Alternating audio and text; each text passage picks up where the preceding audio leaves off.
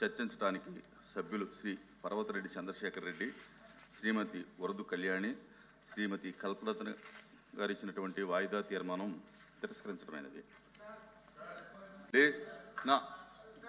ఏమి లేదండి, తిరస్కరించిన తర్వాత మీరు రోజు మీరు కరెక్ట్ కాదు.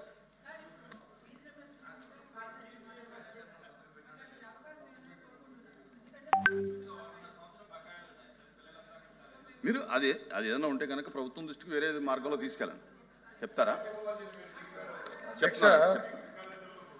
అధ్యక్ష, ఇంత సీరియస్ ఇష్యూ అయి ఉంటే బీఎస్సీలో పెట్టాల్సింది, పెట్టలేదు. ఇప్పుడు ఫీ రీఎంబర్స్మెంట్ గురించి మాట్లాడుతున్నారు. గత ప్రభుత్వం దిగిన టైంకి ఎంత ఫీ రీఎంబర్స్మెంట్ పెండింగ్ ఉంది అధ్యక్ష? 4,000 కోట్లు పెండింగ్ ఉంది.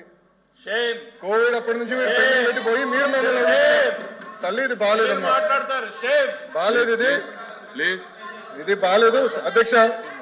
కోవిడ్ అప్పుడు 644 కోట్లు ఎగ్గొట్టారు అధ్యక్ష. ఆర్టీఎఫ్ కింద 3,000 కోట్లు పెండింగ్, ఎంటీఎఫ్ కింద 8,900 కోట్లు పెండింగ్. చెప్పిన ఒక్క విషయం చాలా ఇంపార్టెంట్ అధ్యక్ష, నన్ను మాట్లాడినండి, ఇది చాలా ఇంపార్టెంట్ ఇష్యూ.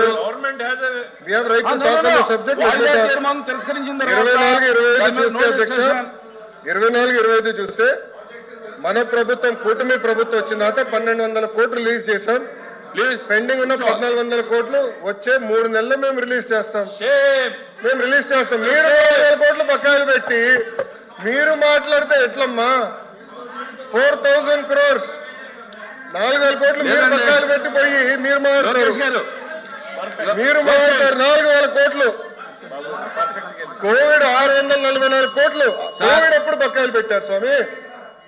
వాయిదా ప్రశ్న ఏది కూడా రికార్డు కాదు. ఏంటో చెప్పండి మాకు. కూర్చోండి, దయచేసి కూర్చోండి, ప్లీజ్ కూర్చోండి.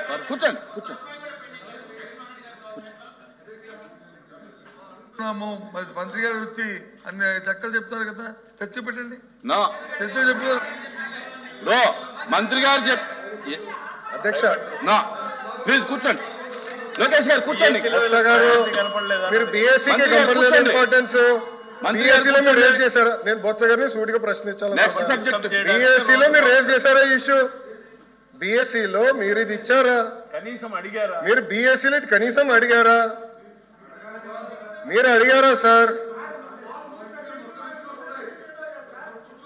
బీఎస్సీ ఎజెండా మీరు పెద్దలు, మీరు సీనియర్ మోస్ట్ హౌస్ లో, ఫరూక్ గారి తర్వాత మీరే సీనియర్ మోస్ట్ హౌస్ లో.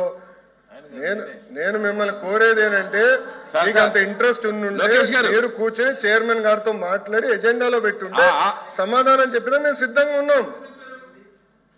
I have right sir. Sir LOP గారు ఐ హావ్ రైట్ ఆన్సర్. నాకు హక్కులు లేవా హౌస్ లో? నాకు హక్కులు లేదా హౌస్ లో? మంత్రిగా సమాధానం చెప్పే హక్కు లేదని మీరు నిర్ణయిస్తారా? ఎల్ఓపి గారు మీరు చెప్తారండి, మీరు సమాధానం చెప్పాలా చెప్పకూడదు? హౌస్ మీరు నడిపిస్తారా ఇక్కడ?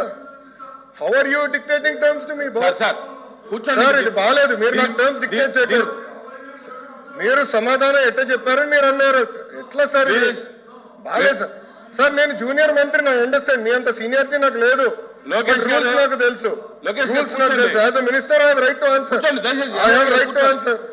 రూల్స్ లో I have right to answer sir. ఇది ఇరు వర్గాల వాదన. I have right to answer. మంత్రిగా దయచేసి బీఎస్సీలో తీసుకోండి, మాట్లాడుకుని తప్ప. మీరు మంత్రిగా ఉన్నప్పుడు 4,000 కోట్లు బకాయిలు పెట్టిపోయి మీరు మమ్మల్ని అడిగితే ఎట్లా సార్? 4,000 crores పెండింగ్ పెట్టారు. మీరు మంత్రిగా ఉన్నప్పుడు 4,000 కోట్లు బకాయిలు పెట్టిపోయి మీరు మమ్మల్ని అంటారు కాదా? బకాయిలు పెట్టలేదా? ఒక్క నిమిషం, బకాయిలు పెట్టలేదా? మీరు బకాయిలు పెట్టలా సార్? ప్లీజ్ లోకేష్ గారు, సబ్జెక్ట్ మీకు కొంచెం వీక్ చేయాలి. దయచేసి కూర్చోవాలి. 644 కోట్లు కోవిడప్పుడు బకాయిలు పెట్టారు. 20-21 Q4 683 కోట్లు బకాయిలు. 23-24 Q2, Q3, Q4 1,753 కోట్లు బకాయిలు. మీ టైంలో బకాయిలు పెట్టి ఎంటీఎఫ్ మీ టైంలో 895 కోట్లు బకాయిలు పెట్టి మీరు మమ్మల్ని అడుగుతారు సార్? అందుకే మీరు బీఎస్సీలో తీసుకురావాలా? మీరు బీఎస్సీలో అందుకే తీసుకురాలి subject. Come to BSC, we will debate. I'm ready to debate on education. పోయినసారి బొత్స గారు పోయినసారి మీరు వాకౌట్ చేశారు. పోయిన సెషన్ ఎడ్యుకేషన్ మీద నేను డిబేట్ చేసినప్పుడు మీరు అదే తలుపు నుంచి మీరు బయటకు వెళ్ళారు. I'm ready for debate. Education మీద చర్చించడానికి నేను రెడీ. మీ టైంలో 12 లక్షల మంది పిల్లలు ప్రభుత్వ పాఠశాలకు దూరవుతారో చర్చించడానికి నేను రెడీ. సరైన ఫార్మాట్ లో రండి, ఐ డిస్కస్. ప్లీజ్ ప్లీజ్ కూర్చోండి, ప్లీజ్ కూర్చోండి, కూర్చోవాలి కూర్చోవాలి కూర్చోవాలి. చంద్రశేఖర్ రెడ్డి గారు కూర్చోండి, కూర్చోండి కూర్చోండి కూర్చోండి కూర్చోండి మా కూర్చోమనండి. మెంబర్స్ని కూర్చోమనండి, మెంబర్స్ని కూర్చోమనండి. మాట్లాడారు మంత్రి గారు. ఇక్కడ హౌస్లోకి వచ్చిన తర్వాత జూనియర్ సీనియర్ అనే పక్కన పెడితే కొన్ని సభా సాంప్రదాయాలు ఉంటాయి. ఆయన మాట్లాడిన మాటలు వీఆర్ యూ టాక్, ఈ పదాలని దయచేసి పౌరుష పదాలని అవి మాట్లాడకూడదు. ఒకటి ఒకటి ఒకటి రికార్డులో చూసుకోండి, రికార్డులో చూసుకోండి. ఒకటి నేర్చుకోండి, ఇంకోటి ఏదైతే మంత్రి గారు చెప్పారో కూర్చోండి. ఒక నిమిషం, ఒక సెకండ్ సార్. ఆయన చెప్పింది ఏదైతే మంత్రి గారు చెప్పారో 400 కోట్లు 4,000 కోట్లు మేము బకాయి పెట్టామని, అవన్నీ వాస్తవ విరుద్ధం.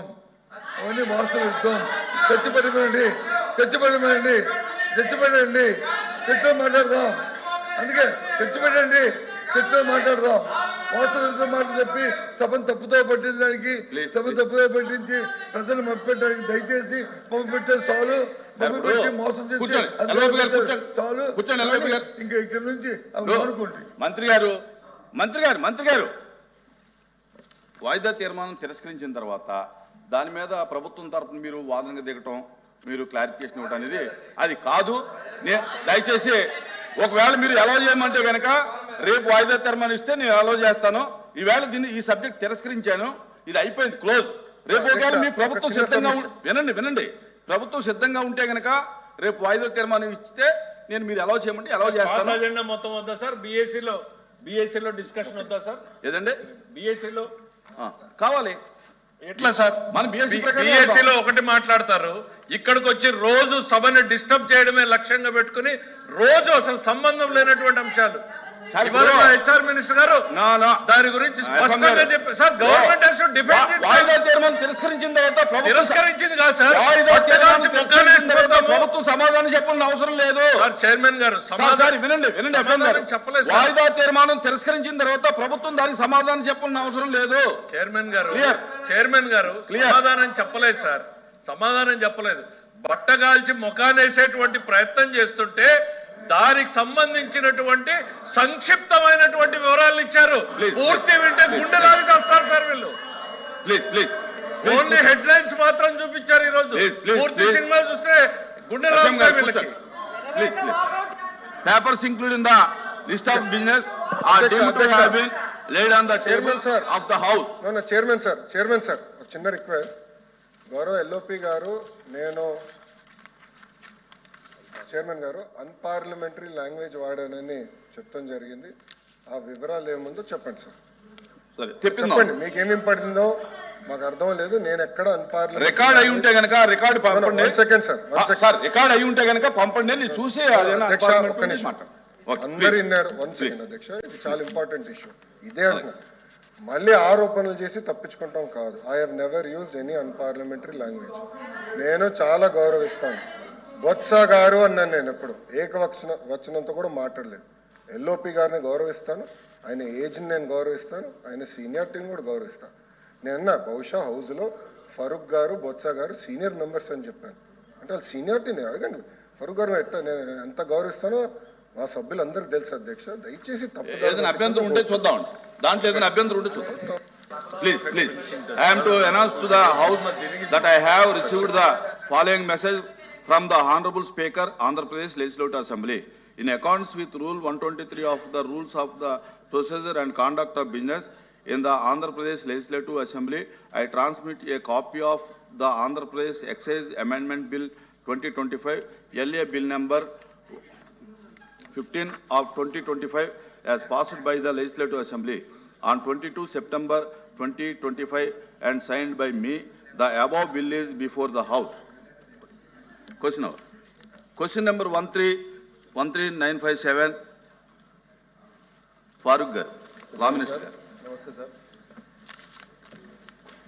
సార్, మొదటి ప్రశ్నకు సమాధానం 2024-25 కాలంలో బడ్జెట్లో 175.5 కేటాయించడం జరిగింది. కానీ ఇప్పుడు ఫైనాన్షియల్ కన్స్ట్రెయిన్స్ వల్ల విడుదల కాలేకపోయింది. మళ్ళా 2025-26కు 175.5 కోట్ల రూపాయలు కేటాయించడం జరిగింది సార్. ఇది ఫైనాన్స్లో ఉంది. ఫైనాన్స్లో అయిన తర్వాత దాదాపుగా ముస్లింలకు 19,790 మంది యువతకు ప్రయోజనం కలుగుతుందని చెప్పి మీ ద్వారా గౌరవ సభ్యులకు తెలియజేస్తున్నాను.